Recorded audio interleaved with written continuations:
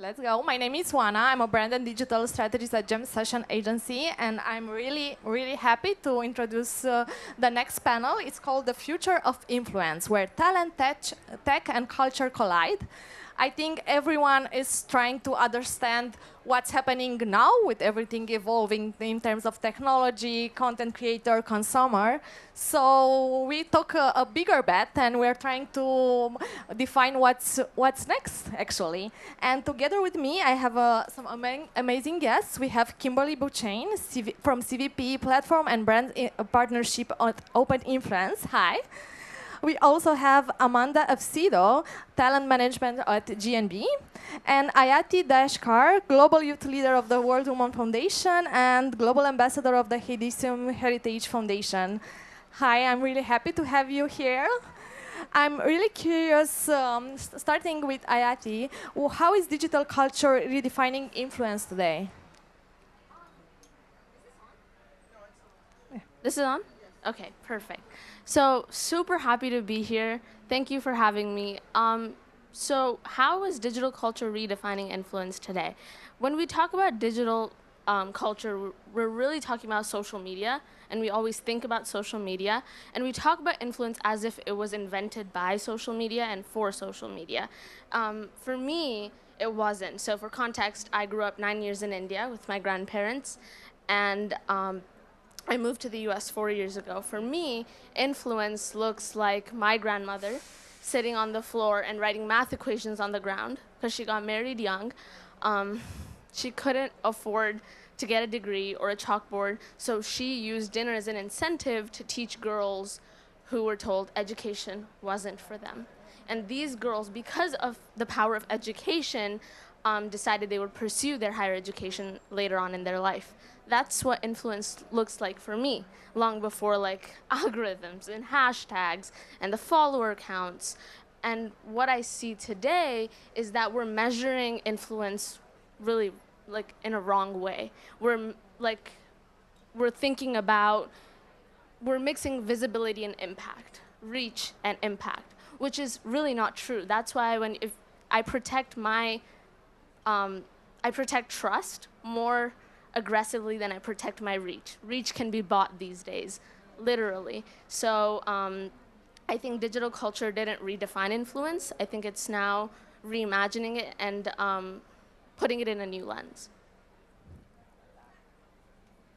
Would be the same question for you too. I'm curious to see the perspective on different fields. Yeah, absolutely. I think. Is that right? Okay. Yeah, I think it's really it's a great question. I think that there's a lot of transparency, accountability, and direct connection that's required. So the creators who know how to do that and can really lean into, hey, what do I know best? And the brands that I'm working with, what objectives do they have? If they're able to marry the two, I think it's a really powerful thing. And my personal belief is, as she was just saying, impact metrics, your engagement, your ability to connect with your audience, and that one-to-one connection is 10 times more important than just your reach and your follower size alone. Redefining the metrics overall, yeah. Absolutely. Sorry, can you just ask it again? Just because I got wrapped up into... Sure. How do you think that the digital landscape redefines influence, cultural influence now? Yeah, I mean, I think, I don't know, it's kind of hard to follow up. Yours was so heartfelt, and I just kind of co-sign on everything you said. Yeah, I mean, I think for me, influencers, right, and the whole digital landscape is just shaping culture now. And that's something that I never really experienced growing up. Everything is so driven by digital, people's strong opinions, people's beliefs, people's personal style, people's dreams, their passions are all being shaped by the digital landscape. And I think it's scary powerful and also incredible if it's used right. So I think for me, I guess just the power of the authenticity and just the power of influence in general is just insane. I'm curious if this is a reaction on what's happening on the consumer side. So what do you think that changed most in terms of consumers? Yeah. Yeah, I think that there's one really interesting thing about the way that consumerism has changed, and what I think brands should ensure that they don't disregard is that these online communities that they're reaching across social, they have agency. They have a lot of power to push back. They're digging into the products and the things that they endorse, and they will hold your brand accountable. So I think giving them credit and knowing that I now have sort of this one-to-one connection that I 10 years ago would have been unthinkable. You didn't have that level of transparency, but you also didn't have a one-to-one relationship with your audience where they're giving you feedback. They're telling you exactly what they like about the product, what they don't like. Something happens in one of your store locations, you're going to hear about it. And I think there's something really powerful and important about that. And the brands that know how to harness that and care about their true audience and what's resonating, those are the ones that really make a big impact. I 100% agree with that, but also what happened is my mom's generation bought the product. Now we investigate the product. We ask, who are you when nobody's watching, and who really benefits from your success? And those values have to align with our own values. What you said about communities and audiences also resonated with me, because communities like to contribute, and audiences are like consume. Those are completely different things, and brands need to understand that better to be able to resonate with the younger audience. I'm 13, so so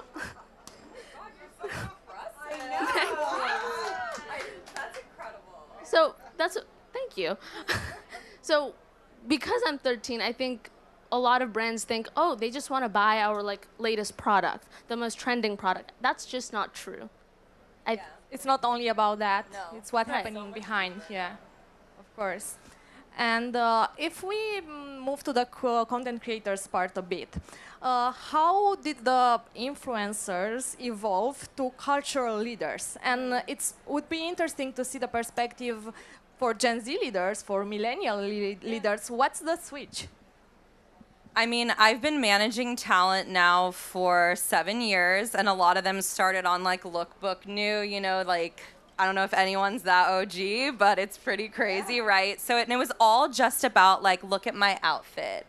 And now it's it is so crazy to see the evolution of my talent. They've gone from look at my outfit to they're authors. They, have been in massive productions, and they've actually shaped women to be better women, to be authentic to who they are, to push women to be leaders and to be true to yourself and not back down. Don't become small for anybody. You know what I mean? And I think for me, as a woman who manages my personal team, all women, it's just the empowering part of it, just to see that in the DMs sometimes we do a brand deal and it might seem small to that deal, to that brand. Oh, we're just selling bathing suits. It's no, there's a mom that's going to wear a bathing suit in public for the first time in years because this talent was you are beautiful, you are everything.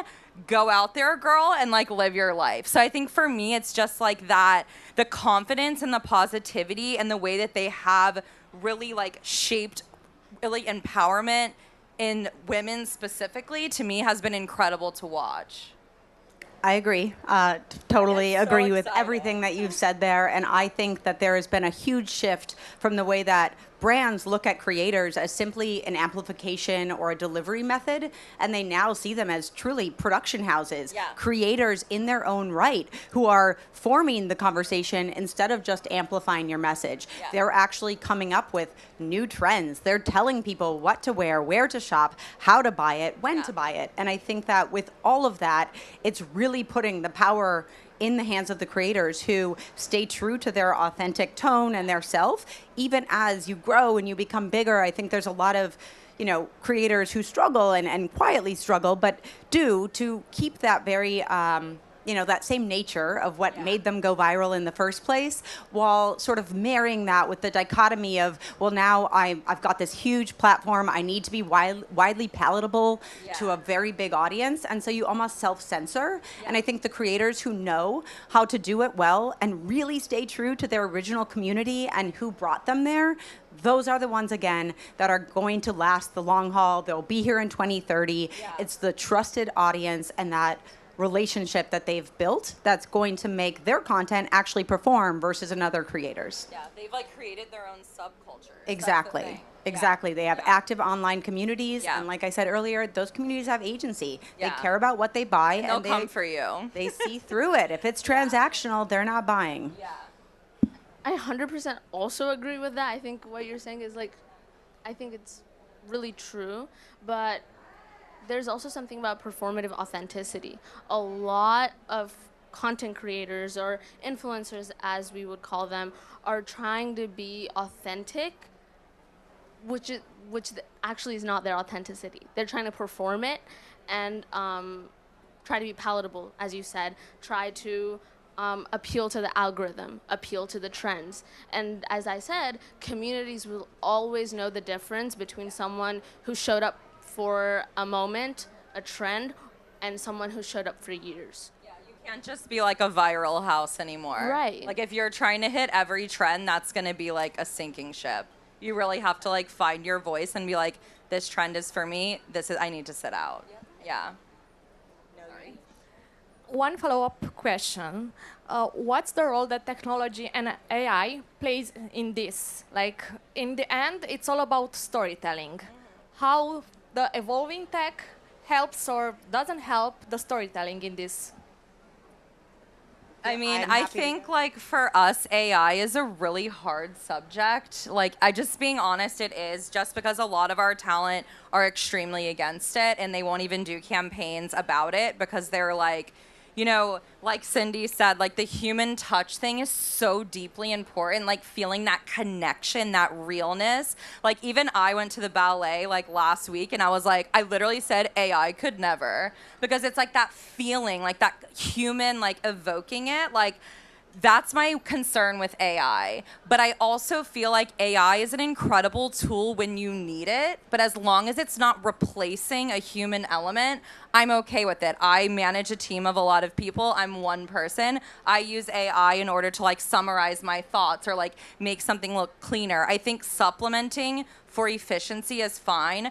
But I don't think I think as a replacement for the human element or like true connection, people are gonna call it out. And I feel like everything is really like moving analog. Like we're even seeing it with campaign trends where they're like, we want junk journaling, we want like disposable camera energy. Like they want this like whole like throwback vibe. And I'm here for it. I'm fine with it, but I do think it's proceed with caution. So you don't tank, Yeah, I agree with a lot of the things that you said. The way that I look at it is that AI accelerates and humans decide. I think we should use AI in ways where it can help to streamline workflow processes, dub content in other languages. It can help with legal reviews. It can help with your vetting and sourcing. It can take time away from the operational tasks that can oftentimes bog down companies in order to free up time for the parts of our business which are much more human and creative required. I think that is where the value is. It's, hey, I didn't have to spend 2 hours on this legal review, so instead my team was able to come up with some really incredible creative concepts and ideas that we could bring to life, because there will always be the human element. So I think it comes back to AI accelerates, but humans decide. If you don't know how to use it well, or you're using it as truly to do the thinking for you, it's going to fail. I think a lot of people are fearing AI right now. It's like, it's going to take over our jobs and it's going to kill us. I think that's, in a way, it's possible. But to look at it, people feared the internet. People feared the television, people feared the radio, and those, forget the radio, but the television and the internet are normal parts of your lives, and if it's not, we have a problem. So I think fear is a transitional phase. We'll get over it, but AI, I see what's scary is, so I have a podcast with actually Miss Oana called Girls Talk STEM, because a lot of 60% of stereotypes actually say that girls don't belong in STEM. Girls can't talk STEM. Girls talk about boys, makeup, and fashion trends, which is absolutely not true. So I think we need to fact check these stereotypes. So I know you all have your phones on you, right? I know you do. So I want you to take them out. And I want you to go to your trusted search engine and search up gossip. Come on, I want you to do it, actually, seriously.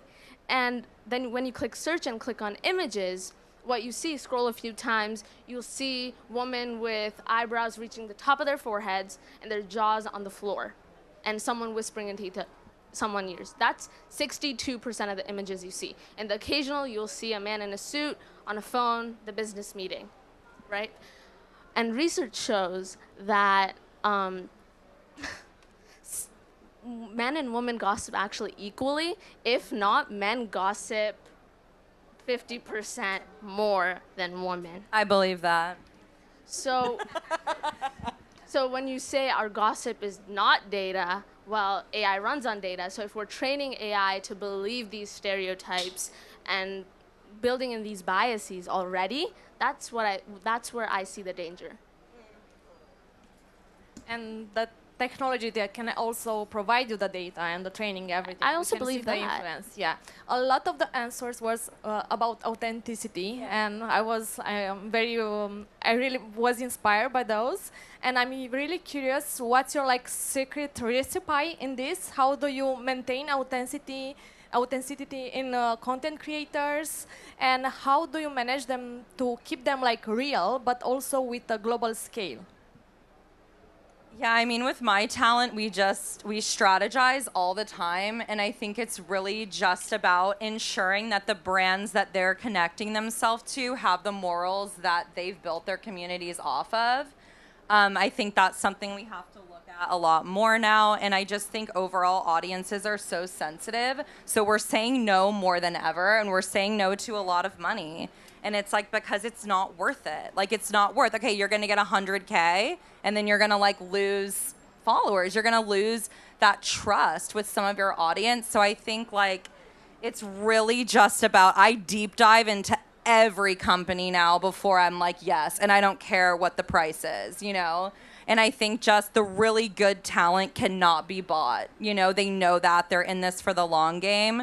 And I think that that's just going to be, it just has to be a huge part. If you're a talent manager or a creator without one, like you have to do your due diligence now. You can't just work with someone because, oh, I love their lip gloss. Like, yeah, but like what's going on with the actual company? How are they treating people? How are they treating the environment? Like, it's just so sensitive now. I could not agree more. I think you have to be discerning. You have to be able to say no to things that are not the right fit for you as a creator.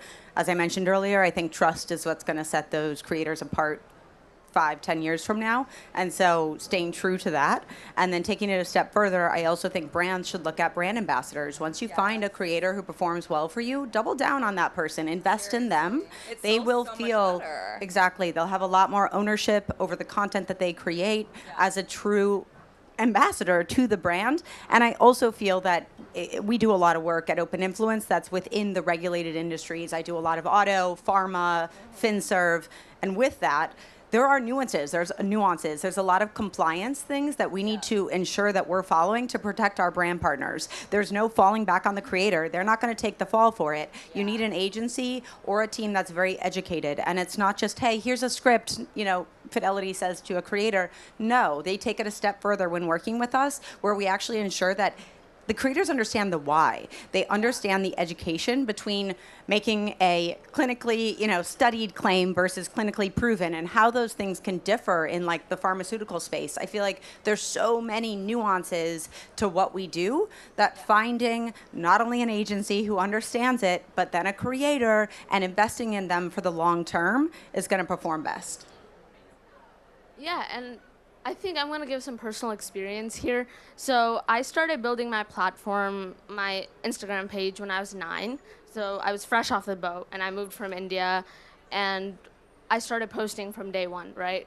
And a few months later, I got approached by this brand, which gave me a script, not even talking points, like a full-on script with exclamation points and question marks. And it's just like, why would you do that? So first of all, let me address why did they give me the script. So I had crooked teeth, I had chubby cheeks, equaling I was cute. That's what made me approachable for a brand like that. And they said, you know what, you should read the script because you don't have a brain of your own. They assumed that.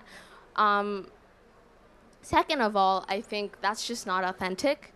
And as I said, I protect my trust. Trust is fragile. Trust is built by showing up. And you can't break your trust for any amount of money. No, it's never going to be worth it. Right. So I obviously didn't do that brand partnership, but if you look at my Instagram page, I only do brand partnerships that align with my values, because it's not just what I offer to the brand, what I offer to my audience, what I offer to my community. That's also super important. I think, like, I just wanted to piggyback off what you said, because it's so true just about, like, having ambassadors. And I really hope that I feel like that's gotten better, but we've really noticed with data, like, we need at least 3 rounds of content to tell you if it's going to hit.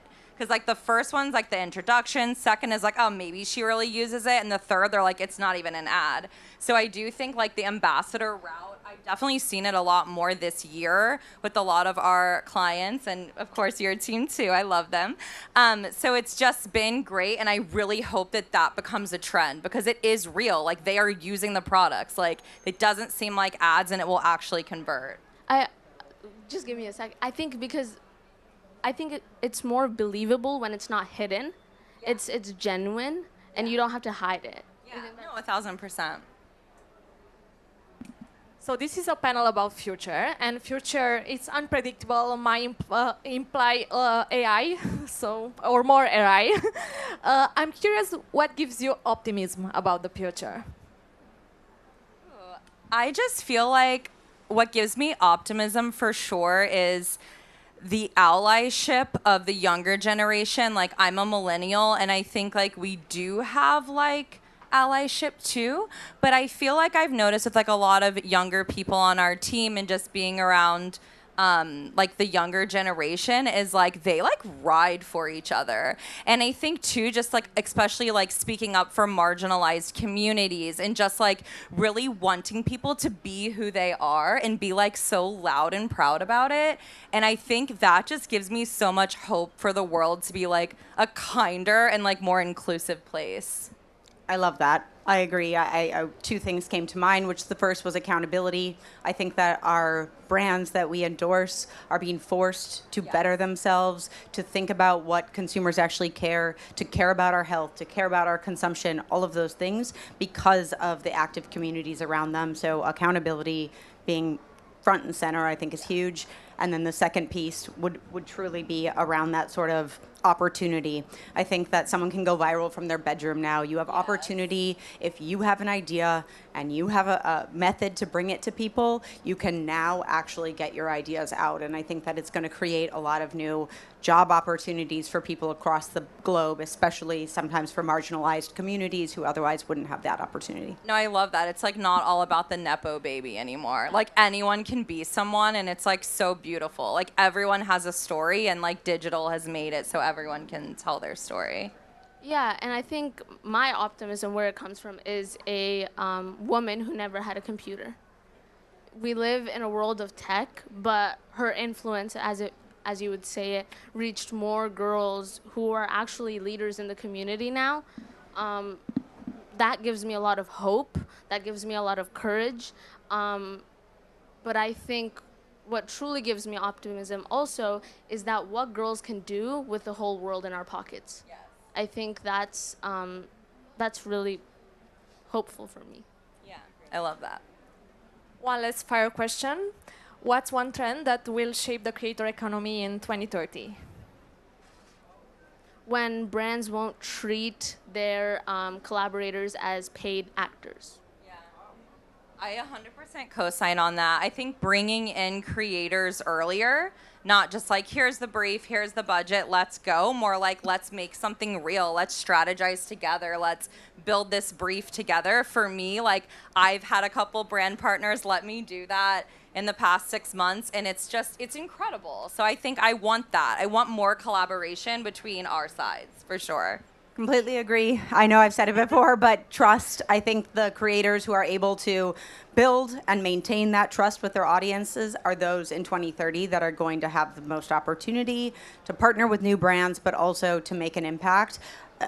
Your engagement metric is going to matter so much more than your follower count, and your ability to marry tech savviness along with artistic instinct. So as long as you know how the algorithm works and you know how to play by the rules, and you have a bit of an eye to say, hey, this is going to be good content and this isn't, then I do feel like that's sort of the equation for success. Amen. Ayati? I said mine. I thought, yeah, you wanted to say something. That's all. Like, thank you very much for this amazing session. Miss Thank Oana. you. Thank you. Thank you. This was so great. We're excited to be a part of World Women Foundation.